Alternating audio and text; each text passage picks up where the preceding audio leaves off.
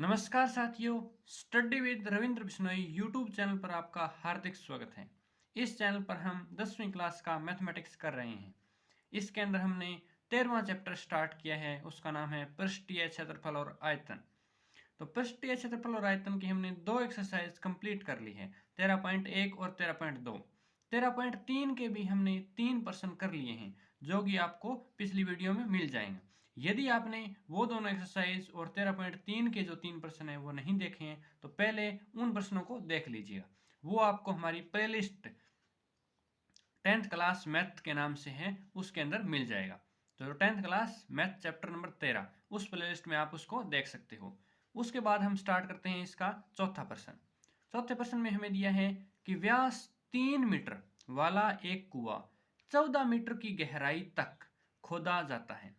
इससे निकली हुई मिट्टी को कुएं के चारों ओर 4 मीटर चौड़ी एक वृत्ताकार वल्ले वल्ले मतलब एक रिंग, मतलब एक रिंग की तरह बनाया जाता है, समान रूप से फैलाकर इस प्रकार का एक बांध बनाया जाता है कि बांध की ऊंचाई ज्ञात कीजिए। तो इसके अंदर आपको दिया है कि एक कुआं है, उसके चारों तरफ एक वल्ले बनाया जाता है, तो उसकी हमें ऊंचाई ज्ञात करनी है। तो इसका कहने का मतलब यही है कि इसका आयतन बराबर है कि जितनी मिट्टी कुएं से निकाली गई है उसी मिट्टी का हमने यह वल्ले बनाया है। तो सबसे पहले आप इसके डायग्राम को समझिए। तो डायग्राम के अंदर आपको इस तरह से बनाना है सबसे पहले कि ये एक कुआं है, इसकी आपको त्रिज्या और ऊंचाई दोनों दी गई है। ये एक बेलनाकार कुआं है, इसके अंदर आपको दी गई है इसकी ऊंचाई, ये है ऊंचाई कह सकते हो या आप गहराई कह सकते हो, ये है 14 मीटर। और इसका जो व्यास है वह आपको दिया है 3 मीटर। अब ये कह रहा है इसी मिट्टी से कुएं के चारों ओर एक वल्ले बनाया जाता है। तो ये कुआं है, इसके चारों ओर इस प्रकार से एक वल्ले बनाया जाता है।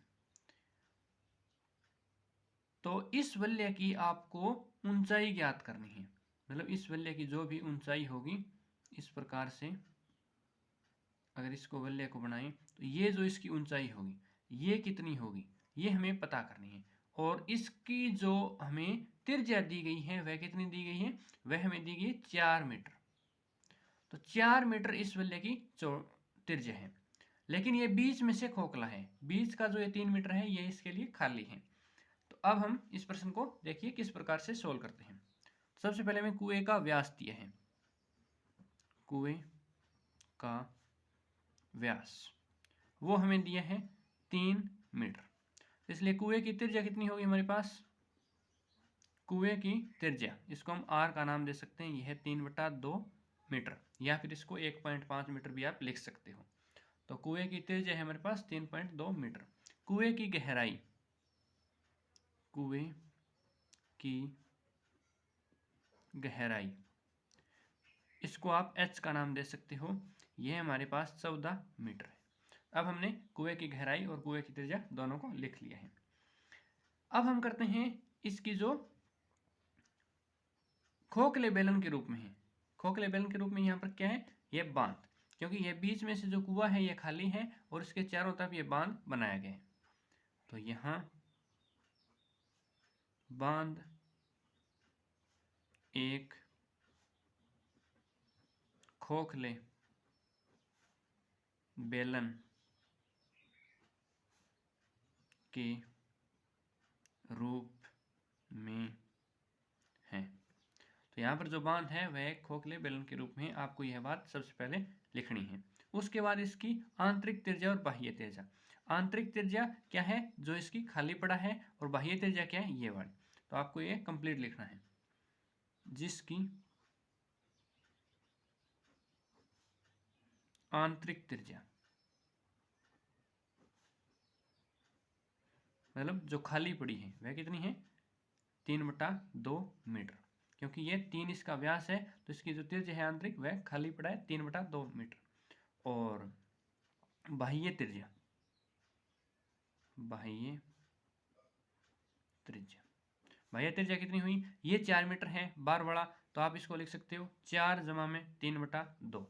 तो 4 जमा में 3/2 इसका एलसीएम दे दीजिए आप 2, और 4 दूनी 8, तो 8 + 3/2, तो 11/2 मीटर, ये इसकी बाह्य त्रिज्या होगी। अब क्या करना है, हमें उसकी ऊंचाई ज्ञात करनी है। तो माना, इसको आप ऐसे लिख सकते हो कि माना बांध की ऊंचाई, इसको आप h2 का नाम दे सकते हो कि हमने बांध की ऊंचाई है वह मान ली h2। ये देख सकते हो आप यहाँ पर, ये बांध की ऊंचाई है, इसको आप h2 का नाम दे सकते हो कि इसकी ऊंचाई हमें ज्ञात करनी है जो हमें दी नहीं गई। अब यहाँ पर लिखेंगे हम प्रश्न के अनुसार, प्रश्न के अनुसार, प्रश्न के अनुसार हमें क्या दिया है, कुएं से निकली मिट्टी का आयतन बराबर बांध की मिट्टी का आयतन, मतलब जितना कुएं से मिट्टी निकाली गई है उसी मिट्टी से हमने बांध बनाया है, तो उनका आयतन दोनों का बराबर है।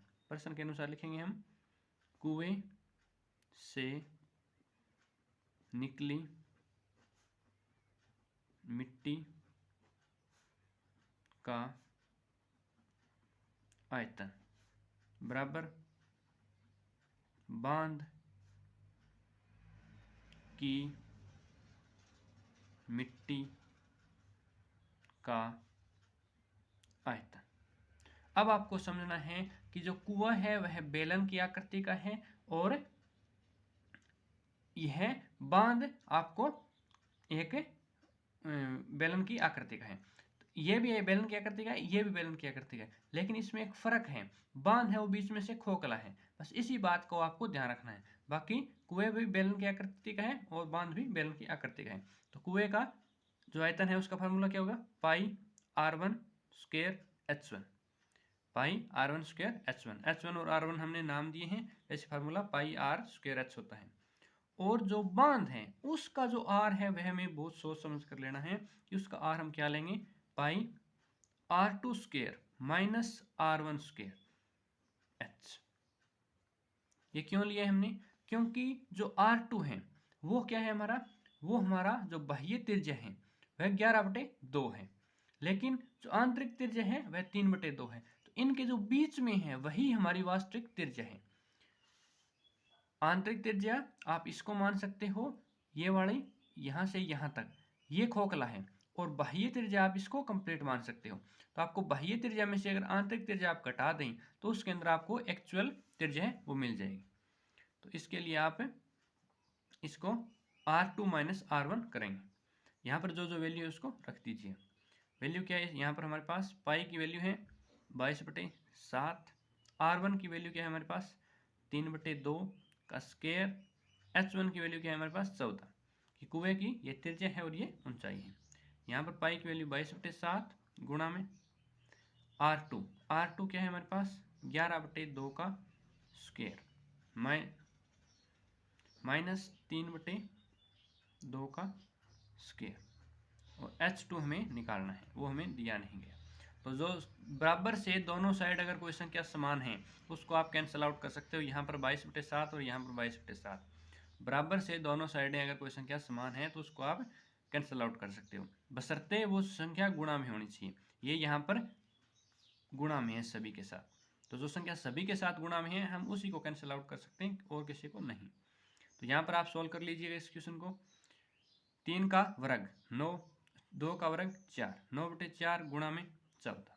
यहाँ पर क्या आएगा 11 का वर्ग 121 बटे 2 का वर्ग 4 माइनस 3 का वर्ग 9 और 2 का वर्ग 4 गुणा में h2। अब हमें क्या करना है, अब हमें h2 है उसको अलग रखना है और बाकी जो संख्या है उनको अलग रखना है। तो आप h2 को एक साथ एक साइड रखिए और बाकी संख्या को एक साइड दूसरी साइड इकट्ठा कर लीजिएगा। तो सबसे पहले आपको इनका एलसीएम लेना है और इसको हल करना है। इसको हल करने के लिए 9/4 गुणा में 14, इसको हल करेंगे 4 एलसीएम लेंगे 121 यहाँ पर और 9 का 9, 121 में से 9 गए, 121 में से 9 गए क्या बचता है 112, 112/4 गुणा में h2। आप इसको ये चीज़ लिख सकते हो।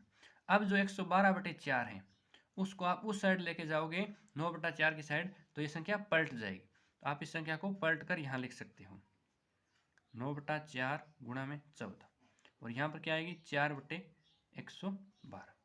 तो संख्या हमारे पास यहाँ पर गुणा में थी, वो यहाँ पर आकर पलट गई, बराबर H2।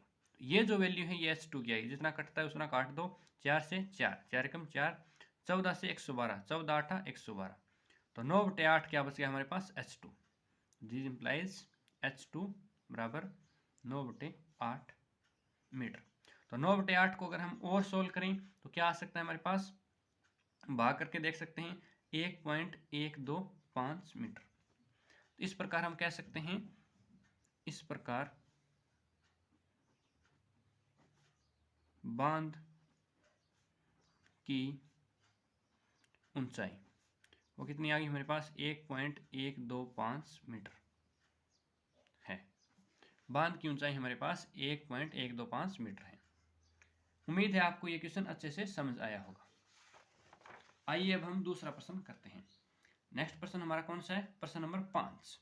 इसके अंदर क्या दिया है आपको, इसके अंदर दिया है आपको व्यास 12 सेंटीमीटर है, ऊंचाई 15 सेंटीमीटर वाले एक लंबवृत्तीय बेलन के आकार का बर्तन आइसक्रीम से पूरा भरा हुआ है। इस आइसक्रीम को ऊंचाई 12 सेंटीमीटर और व्यास 6 सेंटीमीटर वाले शंकुओं में भरा जाना है, जिसकी ऊपरी सिरा अर्धगोलाकार होगा। उन शंकुओं की संख्या ज्ञात कीजिए जो इस आइसक्रीम से भरे जा सकते हैं। तो इसके अंदर इसने क्या कहा है, एक हमारे पास बेलन है, बेलन का इसने ऊंचाई और व्यास दे दिया, उस बेलन से हमें छोटे छोटे आइसक्रीम भरने हैं। आइसक्रीम किस प्रकार के हैं, वो हमारे पास शंकु और अर्धगोले के प्रकार के हैं। तो आपको सबसे पहले इसका डायग्राम बनाना है। डायग्राम आप किस प्रकार से बना सकते हो कि सबसे पहले हमारे पास एक बेलन दिया है, आप इसको बेलन को इस प्रकार से बना सकते हो। इस बेलन का हमें व्यास कितना दिया है, 12 सेंटीमीटर, और इसकी हमें ऊंचाई कितनी दी है, इसकी ऊंचाई दी है हमें 15 सेंटीमीटर। अब ये कह रहा है इसको आइसक्रीम को एक शंकु में भरना है। तो शंकु किस प्रकार का दिया है हमें, शंकु आपको इस प्रकार का दिया है। शंकु का ऊंचाई कितनी दी है इसने, शंकु की ऊंचाई दी इसने 12 सेंटीमीटर, यहां से यहां तक 12 सेंटीमीटर, और इसका व्यास कितना दिया है, इसका जो व्यास है वह हमें दिया है 6 सेंटीमीटर। लेकिन इसने क्या कहा है, इसका ऊपरी सिरा अर्धगोलाकार है। तो इसका ऊपरी सिरा मतलब आइसक्रीम के ऊपर ये अर्धगोलाकार है, तो फिर अर्धगोलाकार का व्यास कितना हो गया, 6 सेंटीमीटर। तो अब हमें एक अर्धगोलाकार है और एक शंकु है, इन दोनों का आयतन निकालना होगा, और ये टोटल है, फिर इसको इससे भाग देना पड़ेगा। आइए हम इसको क्वेश्चन को हल करते हैं। सबसे पहले हम लिखेंगे बेलन का व्यास, वो हमें कितना दिया है, 12 सेंटीमीटर। उसके बाद बेलन की त्रिज्या, त्रिज्या क्या होती है, व्यास का आधा, तो इसको आप R1 का नाम दे सकते हो। ये 12/2 यानी 6 सेंटीमीटर। उसके बाद बेलन की ऊंचाई, बेलन की ऊंचाई, इसको आप H1 का नाम दे सकते हो। ये हमारे पास कितने हैं, 15 सेंटीमीटर। जो जो हमें दिया था उन सबको हमने राइट डाउन कर दिया। उसके बाद शंकुआकार भाग की ऊंचाई, मतलब शंकु की ऊंचाई, शंकुआकार भाग की ऊंचाई, इसको आप H2 का नाम दे सकते हो। यह हमारे पास 12 सेंटीमीटर है। फिर शंकुआकार भाग की त्रिज्या, शंकुआकार भाग की त्रिज्या, इसको आप R2 का नाम दे सकते हो। यह हमारे पास, अगर इसका व्यास 6 सेंटीमीटर है तो त्रिज्या कितनी होगी, 6/2 यानी 3 सेंटीमीटर। उसके बाद क्या करना है, अर्धगोलाकार भाग की त्रिज्या।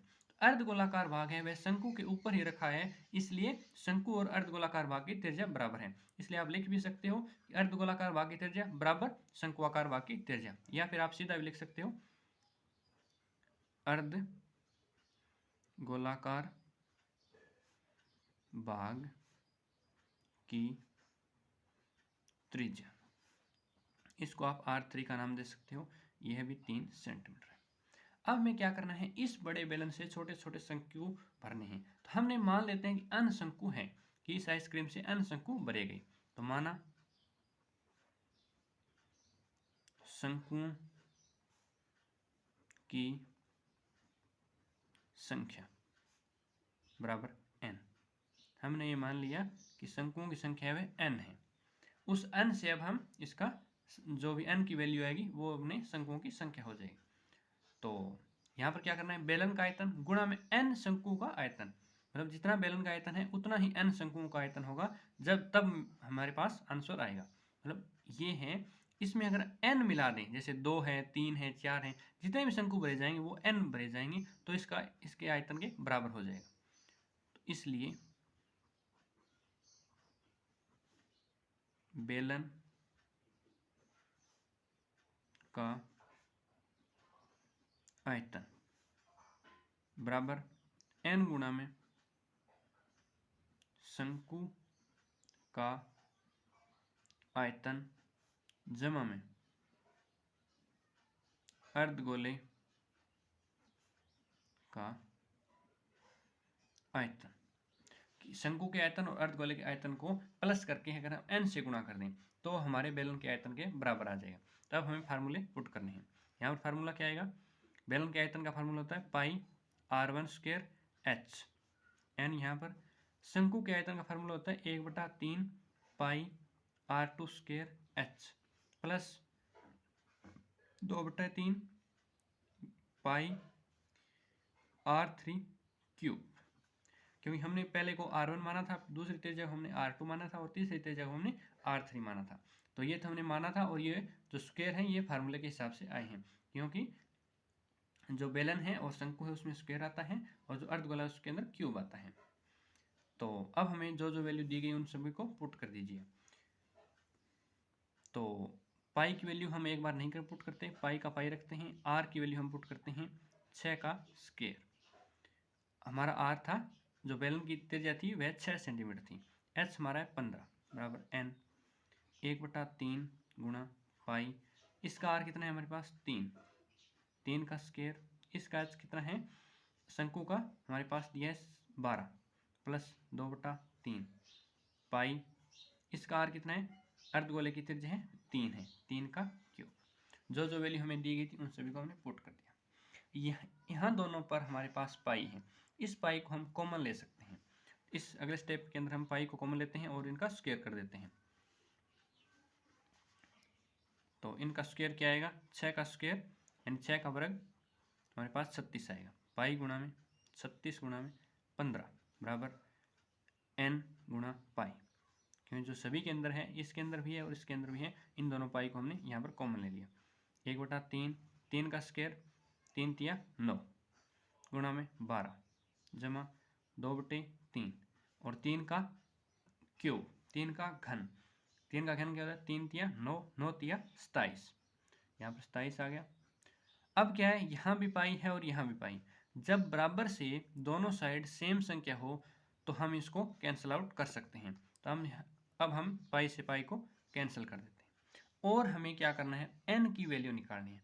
इसके लिए n को अकेला रखना है, बाकी सभी संख्याओं को एक साइड करना है। तो यहाँ पर जितना कटता है उतना काट दो, 3 तिया 9 और यहाँ पर 9 तिया 27, जितना कटता था उतना काट दिया, बाकी को हम सोल्व करते हैं। 36 गुणा में 15 बराबर n, यहाँ पर क्या आ गया 12 तिया 36 प्लस 9 दूनी 18। तो अब हमारे पास 36 प्लस 18 कितने होते हैं 54। तो n गुणा में 54 है और यहाँ पर 36 गुणा में 15 है। तो हमें n को अकेला रखना है, क्योंकि हमें n की वैल्यू चाहिए। n की वैल्यू आएगी उतनी ही हमारे शंकुओं की संख्या आएगी। तो इस n की वैल्यू निकालने के लिए इसको इसके भाग में ले जाते हैं। तो n बराबर 36 गुणा 15 बटे 54। 54 क्यों आया, क्योंकि 36 और 18 की जमा 54 होते हैं। तो इसको इसके नीचे ले गए। तो अब जितना कटता है उतना काट दो, 18 दूनी 36 18 तिया 54, 3 से 3 5 15। अब हमारे पास ऊपर क्या बच गया 5 दूनी 10। तो n बराबर हमारे पास क्या आ गया 10। इस प्रकार हम कह सकते हैं कि n बराबर 10 शंकुओं की संख्या। n हमारा क्या था, हमने सबसे पहले क्या माना था, माना शंकुओं की संख्या n है, इसलिए शंकुओं की संख्या कितनी आ गई हमारे पास n। शंकुओं की संख्या बराबर 10 है। इस प्रश्न का यह उत्तर हो गया कि हमें शंकुओं की संख्या ज्ञात करनी थी, वह हमारे पास 10 है। इस क्वेश्चन से हमें क्या सीखने को मिला कि जो ये बेलन है इसके अंदर जितनी भी आइसक्रीम भरी है उससे हम छोटी छोटी 10 आइसक्रीम को भर सकते हैं। इसके अंदर जितना मटेरियल है उस मटेरियल से हम इस प्रकार का एक अर्धगोलाकार होगा और इस प्रकार का शंकु होगा, उसकी हम 10 आइसक्रीम को भर सकते हैं। उम्मीद है आपको ये प्रश्न अच्छे से समझ आया होगा। यदि आपको किसी भी प्रश्न में कोई भी डाउट हो, आप हमें कमेंट सेक्शन में भी बता सकते हो, और अगर आपको एक बार में प्रश्न समझ में आए तो कृपया वीडियो को दोबारा देख लें। अब करते हैं हम छठा प्रश्न। छठे प्रश्न के अंदर हमें क्या दिया है? छठे प्रश्न के अंदर हमें दिया है कि विमाओं का मतलब लंबाई, चौड़ाई, ऊंचाई 5.5 सेंटीमीटर, 10 सेंटीमीटर और 3.5 सेंटीमीटर वाला एक घनाभ बनाने के लिए 1.75 सेंटीमीटर व्यास और 2.2 mm यानी मिलीमीटर मोटाई वाले कितने चांदी के सिक्कों को पिघलाना पड़ेगा? जो हमने इससे पहले प्रश्न किया उससे हमें एक बैलेंस एक शंकु को भरना था। अब हमें क्या करना है, एक सिक्का है बेलनाकार, उस सिक्के से हमें एक घनाभ बनाना है। तो इन दोनों का आयतन हमें बराबर है, ये चीज हम मान के चलना है। आइए हम सबसे पहले इसको कैसे करते हैं। इसका सॉल्यूशन है कि चांदी के सिक्के हैं। सबसे पहले चांदी के सिक्कों का व्यास वो हमें कितना दिया है, 1.75 सेंटीमीटर। इसलिए चांदी के सिक्कों की त्रिज्या कितनी हुई हमारे पास? चांदी के सिक्कों की त्रिज्या वह हुई 1.75/2। इसको हम और सोल्व करें तो क्या आएगा, 0.875 सेंटीमीटर। यह चांदी के सिक्कों की त्रिज्या हुई। इस त्रिज्या को हम आर का नाम भी दे सकते हैं। उसके बाद चांदी के सिक्कों की ऊंचाई, चांदी के सिक्कों की ऊंचाई, उसको आप h का नाम दे सकते हो। और ये क्या हुई, h1 नाम दे लो इसको। ये क्या हुई, 2 मिलीमीटर। ये हमें दिया है 2 मिलीमीटर, लेकिन हमें और सभी चीज़ें सेंटीमीटर में दी हैं, ये मिलीमीटर में दी है, तो इसको भी हमें सेंटीमीटर में बदलना पड़ेगा। तो एक जो सेंटीमीटर होता है उसके अंदर 10 मिलीमीटर होते हैं, तो मिलीमीटर के अंदर कितने सेंटीमीटर होते हैं, 1/10। तो इसको 2/10 से भाग कर दें, तो 2/10 से भाग करने पर क्या है हमारे पास, 0.2 सेंटीमीटर। तो चांदी के सिक्कों की ऊंचाई हो गई हमारे पास 0.2 सेंटीमीटर। अब हम क्या बनाना है, घनाभ। तो घनाभ की लंबाई, घनाभ की लंबाई इसको आप L का नाम दे सकते हो। ये है हमारे पास 5.5 सेंटीमीटर। फिर घनाभ की चौड़ाई, तो चौड़ाई को आप B का नाम दे सकते हो, ब्रेथ, वह हमारे पास 10 सेंटीमीटर। फिर हमारे पास क्या हुई, घनाभ की ऊंचाई, उसको आप H का नाम दे सकते हो, वो हमारे पास कितनी हुई, 3.5 सेंटीमीटर। ये हमारे पास घनाभ है, ये हमारे पास चांदी का सिक्का है। तो हमने माना कि n चांदी के सिक्के हैं, उनको पिघलाकर हम ये घनाभ बना सकते हैं। इसके अंदर हमें सबसे पहले मानना है कि माना चांदी के सिक्कों की संख्या बराबर n। माना चांदी के सिक्के n है, इसलिए क्या करना है, n गुणा में चांदी के सिक्के का आयतन बराबर घनाभ का आयतन। तो चांदी के सिक्के हैं, n चांदी के सिक्कों को पिघलाकर हम एक घनाभ बना सकते हैं। तो n चांदी के सिक्कों का आयतन बराबर घनाभ का आयतन। अब हमें जो फार्मूला है वो पुट कर दीजिएगा। n गुणा में चांदी के सिक्के किस प्रकार है, बेलन के आकार के, बेलन का फार्मूला यहाँ पर रख दीजिएगा, पाई r1 स्क्वायर h1 बराबर l गुणा में b गुणा में h। इसकी लंबाई, चौड़ाई, ऊंचाई और इसके अंदर पाई r1 h1। तो हमें क्या दिया है, पाई की वैल्यू जो दी है वो पुट कर दीजिएगा और r की वैल्यू जो दी गई है उसको पुट कर दीजिए। तो n गुणा में 22/7, r1 क्या है हमारे पास 0.875 इसका स्क्वायर गुणा में h क्या है 0.2 बराबर इसकी लंबाई 5.5, चौड़ाई 10 और ऊंचाई 3.5। तो जो वैल्यू हमें दी गई थी उन तीनों वैल्यूओं को हमने लंबाई, चौड़ाई, ऊंचाई के रूप में लिख दिया। अब हमें इसके अंदर क्या करना है, सबसे पहली बात हमें n को अकेला रखना है। जब हम n को अकेला रखेंगे तब हमारा जो रिजल्ट है वह हमें मिलेगा। तो n को अकेला रखने के लिए जो n के साथ गुणा में है उस संख्या को यहाँ पर भाग में लिख सकते हैं। जो संख्या यहाँ पर n है, n के साथ है, उन सभी को यहाँ पर हम भाग में लिख सकते हैं। तो आइए जो संख्या है उसको हम इसके नीचे लिख देते हैं। n बराबर 5.5 गुणा में 10 गुणा में 3.5 बटा में जो संख्या यहाँ पर है उस सभी को 22 गुणा में 22/7 है। तो 7 जो नीचे आएगा वो क्या आ जाएगा, इसके साथ ऊपर चला जाएगा, मतलब तीसरी संख्या है वह पहले के साथ गुणा हो जाती है 22/7। फिर 0.87 इसका वर्ग है, वर्ग का क्या मतलब 2 बार गुणा, तो मैं यहाँ पर 2 बार गुणा लिख देता हूँ। 875 गुणा में 0.875 गुणा में 0.2। अब हमारे पास यह वैल्यू आ गई पॉइंट्स में। तो सबसे पहले आप इसके पॉइंट्स को सोल्व कर लीजिए।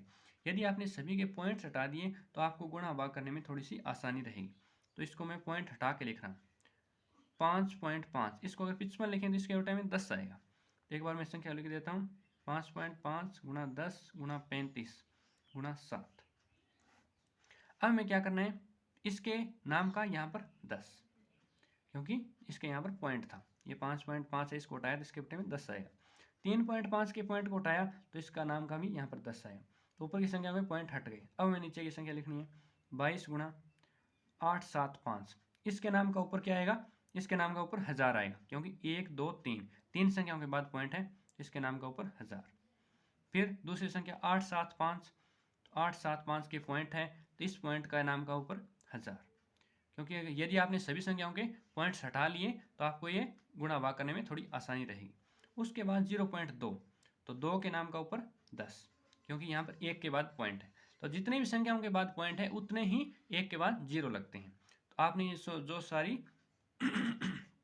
संख्याएं थी उनके पॉइंट्स हटा लिए। अब जितना भी पॉसिबल है उसको आप काट सकते हो। जिस संख्या को आपको लगता है कि ये कट सकती है उस सभी संख्याओं को आप काट सकते हो। तो सबसे पहले आप 35 से काट दीजिए। 35 से 875 को, 35 से अगर 875 को भाग करें तो यहाँ पर 25 आता है।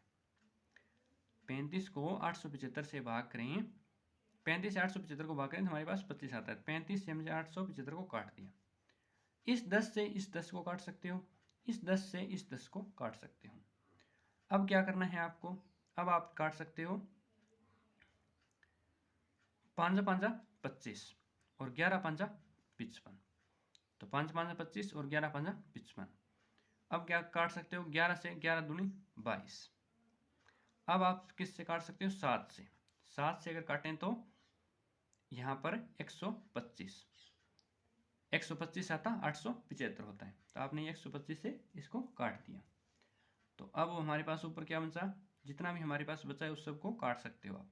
2 से 1000 का 500, 500 दूनी 1000। फिर 2 से काटें तो हमारे पास आ गया 250। फिर अगर और काटें आगे तो 125 से काटें तो 125 दूना 250। तो हमने जितना भी पॉसिबल था उन सभी को काट दिया। 125 दूना 250। अब ये 5 बचा और ये 1000 बचा है, तो 200 5 1000, तो 200 से काट दिया। तो जितनी भी पॉसिबल कटिंग थी, आपको अगर एक बार में समझ में आए तो आप वीडियो को थोड़ा सा दोबारा देख लीजिए, इससे आपको सारी कटिंग समझ में आ जाएगी। अब हमारे पास ऊपर क्या बचा है, 2 और 200, तो 2 और 200 से गुणा करेंगे क्या आ गया 400। तो n है हमारे पास, n बराबर 2 गुणा में 200, ये क्या आ गया हमारे पास 400। तो 400 क्या आ गई हमारे पास, चांदी के सिक्कों की संख्या, क्योंकि हमने क्या माना था, माना चांदी के सिक्कों की संख्या n है, n बराबर 400। इस प्रकार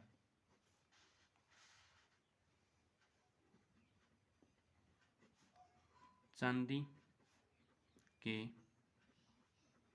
सिक्कों की संख्या बराबर 400 है।